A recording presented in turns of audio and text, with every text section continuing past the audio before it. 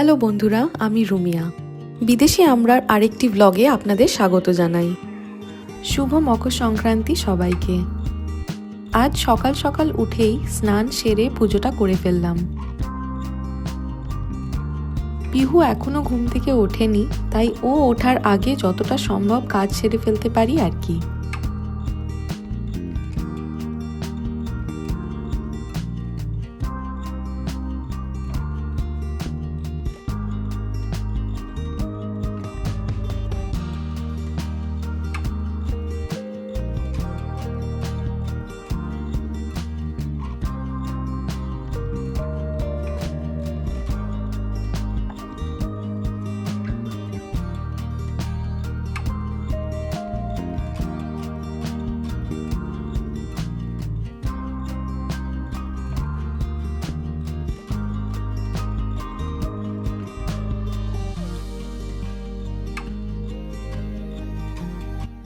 সকাল সকাল পুজো সারা হয়ে গেছে। এখন ব্রেকফাস্টটা বানিয়ে ফেলবো। ব্রেকফাস্ট বানাবার পরে অ্যাকচুয়ালি লাঞ্চটা কালকে মোটামুটি আমি একটু বেশি করেই বানিয়ে রেখেছিলাম, তাই লাঞ্চ আজকে আর সেরকম কিছু বানাবার নেই। আমাদের বাড়িতে ছোট থেকে বরাবর দেখে এসেছি মা বাবা মিলে আর কি পিঠের দিনে মকর সংক্রান্তির দিনে পিঠে পার্বণের দিনে সব দুজনে মিলে একসাথে পিঠে বানাতো।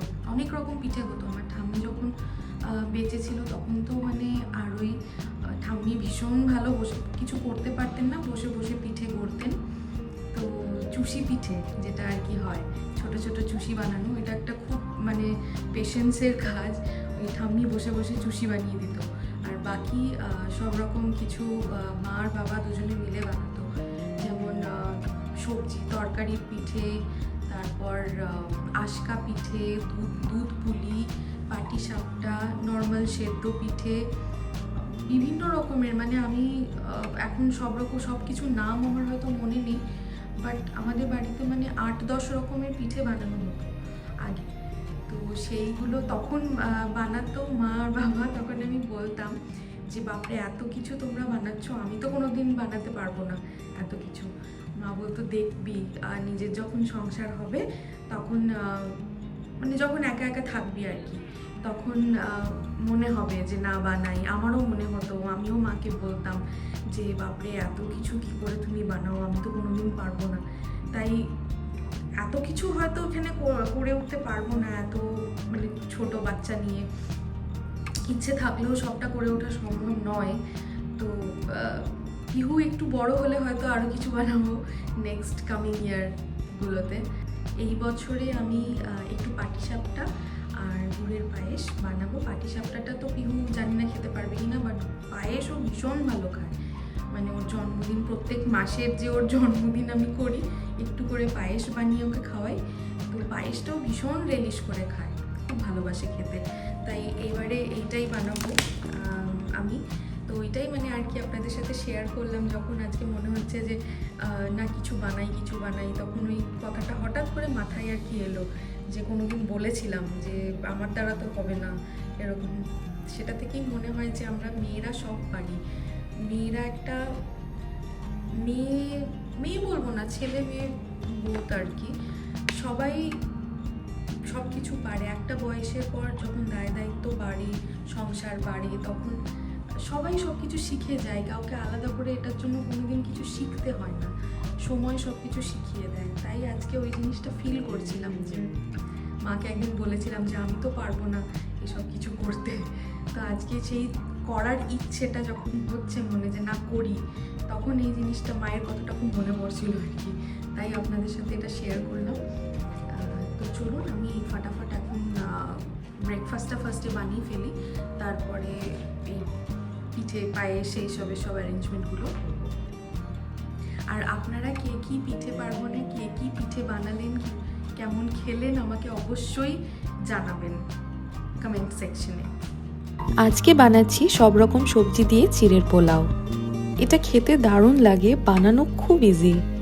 রেসিপিটা পরে কোনোদিন শেয়ার করব।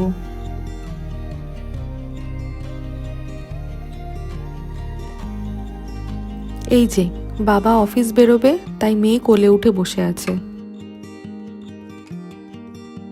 বাবাইকে টাটা বলে দাও, বাবাইকে টাটা বলে দাও। Tata, bye bye. চলো টাটা, বাই বাই।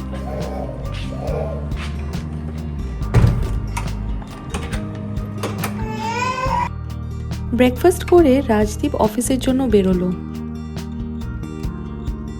চলুন আমি এবার পিঠে আর পায়েসের অ্যারেঞ্জমেন্টগুলো শুরু করি। পায়েস বানানোর জন্য দুধ জাল দিতে বসিয়ে দিয়েছি। যতক্ষণ না দুধটা ঘন হয়ে যাচ্ছে এইভাবে নাড়াতে হবে, যাতে প্যানের তলায় লেগে না যায়। আমার চিনির থেকে গুড়ের পায়েসটা কিন্তু বেশি ভালো লাগে খেতে। শীতকালে গুড়ের যে কোনো জিনিসই খুব ভালো লাগে খেতে। দেশে এখন গুড়ের কত কিনা মিষ্টি পাওয়া যাচ্ছে, কিন্তু সেই সব আর এখানে কোথায় বলুন। এদিকে পাটিসাপটার ঘোলটা বানিয়ে ফেলি চলুন। তার জন্য নিয়েছি হাফ কাপ ময়দা, হাফ কাপ চাল গুঁড়ি, 1/4 কাপ সুজি আর 1 চিমটে লবণ। এগুলো ভালো করে মিশিয়ে নিতে হবে।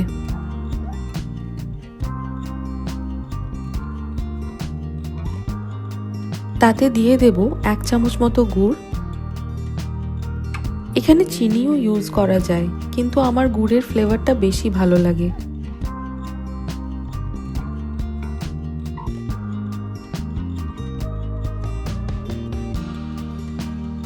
আর দিয়ে দিতে হবে 1 কাপ দুধ।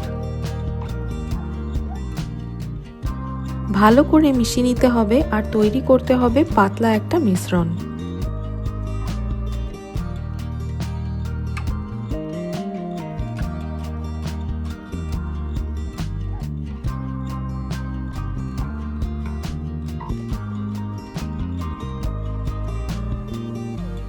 এটা এবার 15-20 মিনিটের মতো ভিজতে দিতে হবে। ততক্ষণ পায়েসটা বানিয়ে ফেলি চলুন।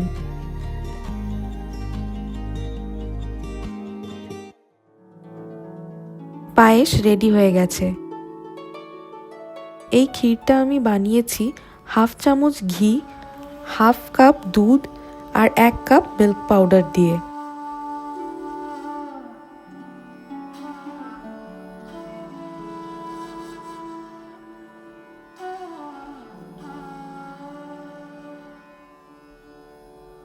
একটু ঘন হয়ে আসলে ওতে 1 চামচ গুড় দিয়ে দেবো। এতে চিনিও দেওয়া যায়, কিন্তু গুড়ের স্বাদটা বেশি ভালো হয়।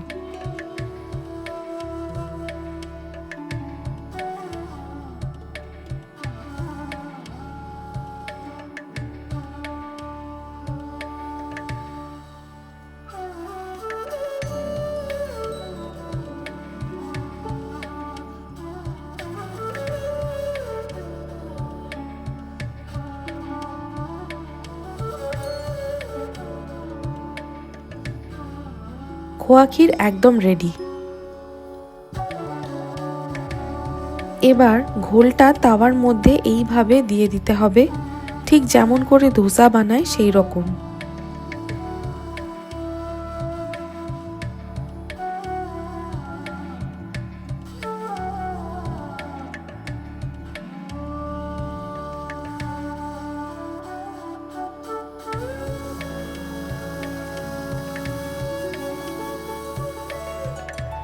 তারপর কিছুটা ক্ষীর দিয়ে দেব।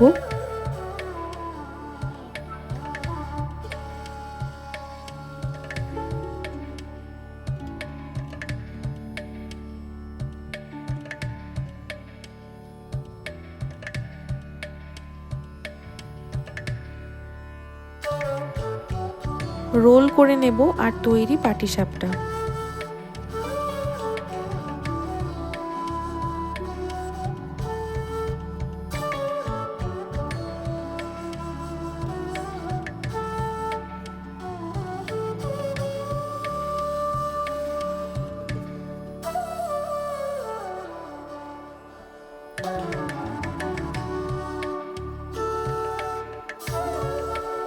এইভাবে বাকি পাটিসাপটাগুলো বানিয়ে নেব। এই পরিমাণে আমার 10টা পাটিসাপটা হয়েছিল।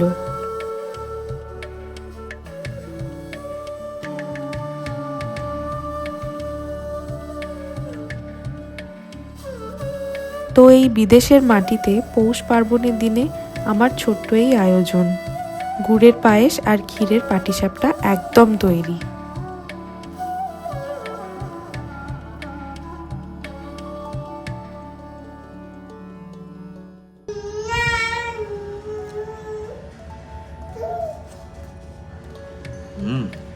কেমন হয়েছে? ভালো হয়েছে? পায়েসটা খাও।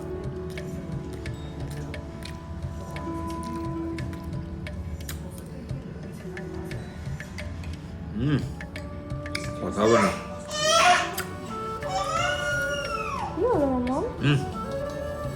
ওদিকে খাবো আমি, তুমি খাও। এদিকে এসো। আমি খাবো তো।